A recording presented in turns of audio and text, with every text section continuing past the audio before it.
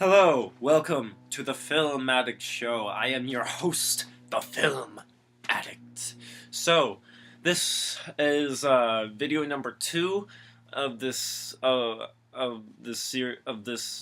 block that I'm gonna do because I've watched a shit ton of movies since I did the last one, and I want to try to get them out as while they're still fresh in my head. The next one. Wait, where is this one on my? Yes. I recently went out and purchased the Criterion Collection edition of Being John Malkovich. Spike Jones, man who made a career out of music videos and hanging out with Johnny Knoxville and the Jackass crew. Yeah, that Spike Jones recently winning an Oscar for original screenplay for the movie Her. Beautiful movie. Um, Beautiful, just terrific, unprecedented. Should have won Best Picture in my opinion. It was the best movie. Totally conveyed the love story. But this was, if Spike Jonze had a movie that made him famous, it would have to be Being John Malkovich. Now, the plot revolves around John Cusack and one of my favorite movies. This is probably my favorite movie of his. Actually, because he's not trying to be a pretty boy, he's a really weird, awkward puppeteer, which I thought was, but so yeah, John Cusack plays a puppeteer married to Cameron Diaz, and he gets a job at this building at the 7.5 floor. That's 7.5. So it's like this little floor, in between 7 and 8, that like it's low ceilings and everyone's crouching over, and then so he gets a job as a filer, and while he's filing he notices that there's a door a door in the wall. He opens it, he goes inside, and he realizes that it's a portal into the mind of famous actor John Malkovich, hence Being John Malkovich. He finds out that you can be John Malkovich for 15 minutes, and when your 15 minutes is up, you're spit out the New Jersey Highway or Expressway, whatever. And so, what's the name? He meets Maxine, who is this very weird person who doesn't care about anything. She's kind of like a bitch, but I don't know. She's played by Catherine Keener wonderfully. She is so sexy in this movie. Oh my god, Catherine Keener. So hot in this movie. My god. She totally was her character. She was totally the bitch who doesn't care. She's totally a manipulative person.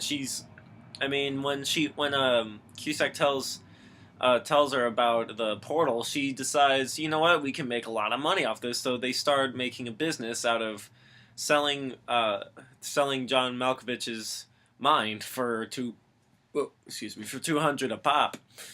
And Cameron Diaz says she wants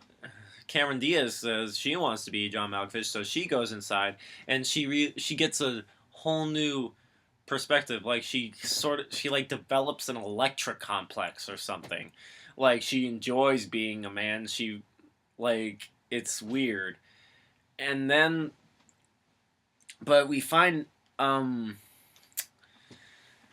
what and so and then John Malkovich at the same time is living his life, doesn't realize any of this is going on until he meets Catherine Keener. Catherine Keener contacts him, and Cameron Diaz goes inside his mind, and then they start going together and they have sex.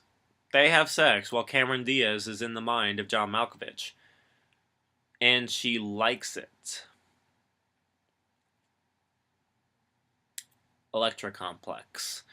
Yeah, she wants a penis. So I'm not sure how that bodes well with feminists out there that don't, you know, feminists.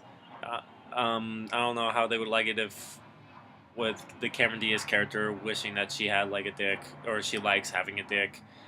Um, she doesn't say in the movie, but you can totally tell. You can totally tell that she loves it. And then John Cusack goes crazy because he loved Maxine first, and Cameron Diaz loves Maxine. It's like it's a weird love triangle.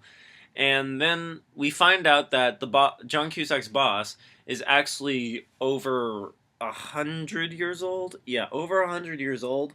But the way that he is able to stay alive for so long is because he goes from portal to portal to different minds, and he stays in there, and so he is able to live longer. So John Malkovich, in this regard, is just another portal ready to be used, ready to be it's a vessel. It's basically a vessel, and we get this nice little foreshadowing at the end, or not at the end of the ending, where he says that if they have to be in John Malkovich's mind by midnight, but after midnight, if if he goes in the mind after midnight or the portal after midnight, he is then thrown out, but then transferred to the next portal and as an infant, and you're trapped there forever until that person dies or whatever.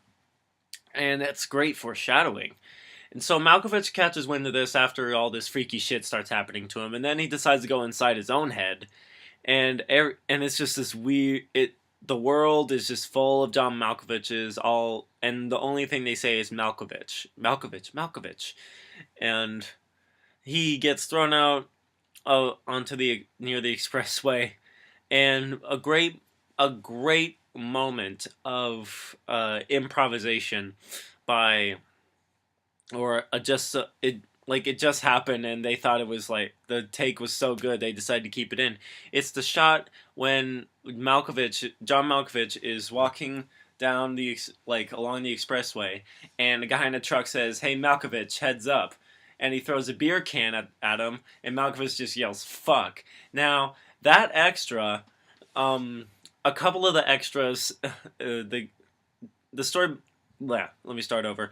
The story behind that scene was a couple of the extras got like a few couple of 6 packs of beers, and they drank those and got completely trashed.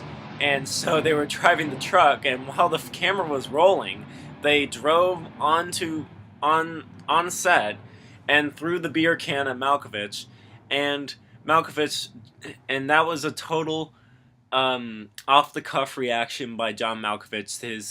His huge fuck, his huge exclamation of fuck was priceless, and Spike Jonze kept it in the movie because it was a great representation of where John Malkovich is. He is at the bottom of he's basically nowhere, and they're throwing beer cans at him. So it's the low point of the Malkovich character, and it works beautifully. And then it gets weird. It gets weird.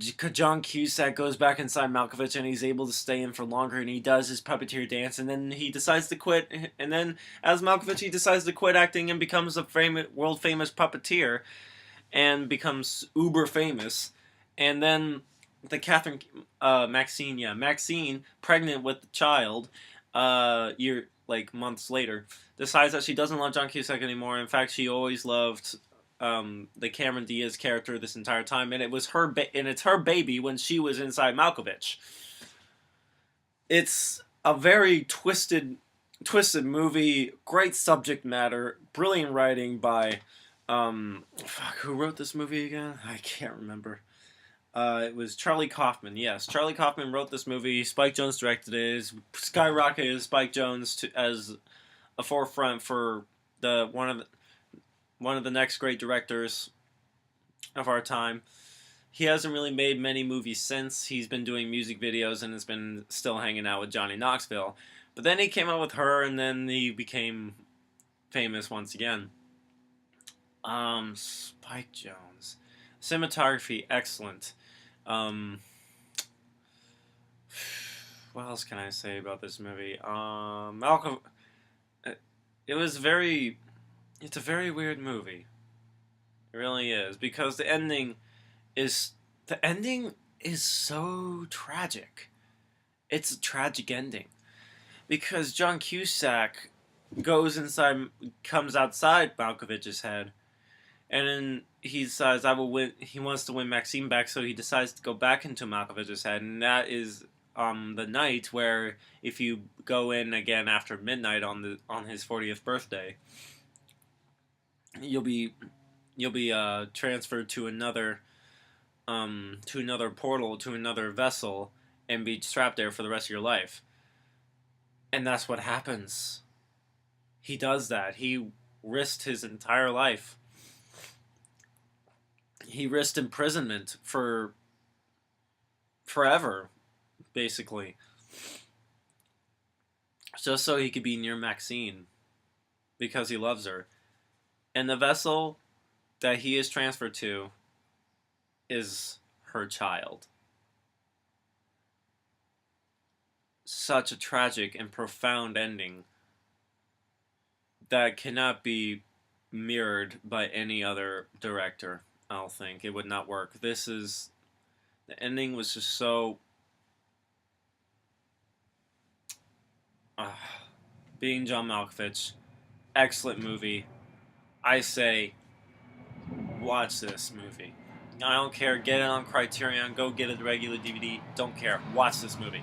Excellent movie. 8 out of 10, my opinion. 8 out of 10.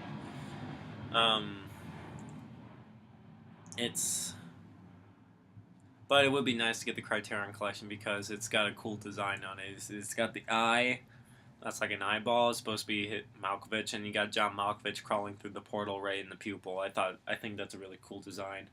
Really, really shows the subject matter of the movie being John Malkovich. So that was being John Malkovich, and until the next one, thank you for watching the Film Addict Show.